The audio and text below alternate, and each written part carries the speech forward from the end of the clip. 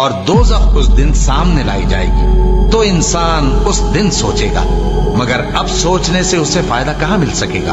کہے گا کاش میں نے اپنی اس زندگی کے لیے کچھ آگے بھیجا ہوتا، تو اس دن نہ کوئی اللہ کے عذاب کی طرح کا عذاب دے گا اور نہ کوئی اس کے جکڑنے کی طرح جکڑے گا۔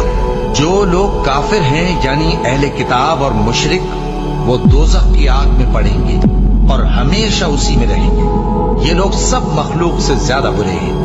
جن لوگوں نے مومن مردوں اور مومن عورتوں کو تکلیفیں دیں اور توبہ نہ کی، ان کو دوزخ کا اور عذاب بھی ہوگا اور جلنے کا عذاب بھی۔ بے شک دوزخ گھات میں ہے، یعنی سرکشوں کے لیے کہ ان کا وہی ٹھکانہ ہے، اس میں وہ صدیوں پڑے رہیں گے۔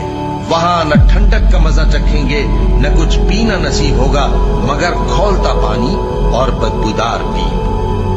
یہ بدلہ ہے ان کے اعمال کے موافق۔